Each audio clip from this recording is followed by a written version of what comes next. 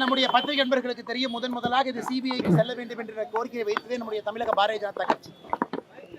கரூர்ல நாம் தான் வைத்தோம். காரணம், இது ஒரு அரசியல் கட்சியோ, எதிர்கட்சியாக இருக்கக்கூடிய அரசியல் கட்சியோ, ஆளுங்கட்சி திமுகவோ அல்லது தேர்தல் பரப்புரைக்கு வந்த தமிழக வெற்றி கழகத்திற்கோ சம்பந்தப்பட்ட வழக்குன்னு மூடி மறைக்க கூடாது. இது 41 உயிர்கள் சம்பந்தப்பட்ட வழக்கு. அதனாலதான் நாங்கள் நேரடியாக முன்னாள் நீதிபதி அவர்கள் தலைமையில் பண்ணியிருக்கக்கூடிய ஒரு நபர் ஆணையத்தின் மீது நம்பிக்கை இல்லை.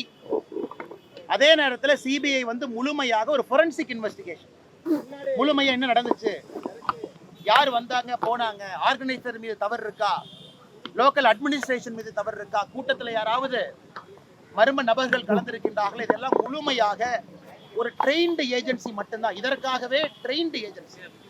இது போன்ற பல வழக்குகளை பார்த்திருக்கக்கூடிய சிபிஐ வர வேண்டும் என்கின்ற கோரிக்கையை வைத்தோம். எங்களுக்கு உள்ளபடியே மகிழ்ச்சி.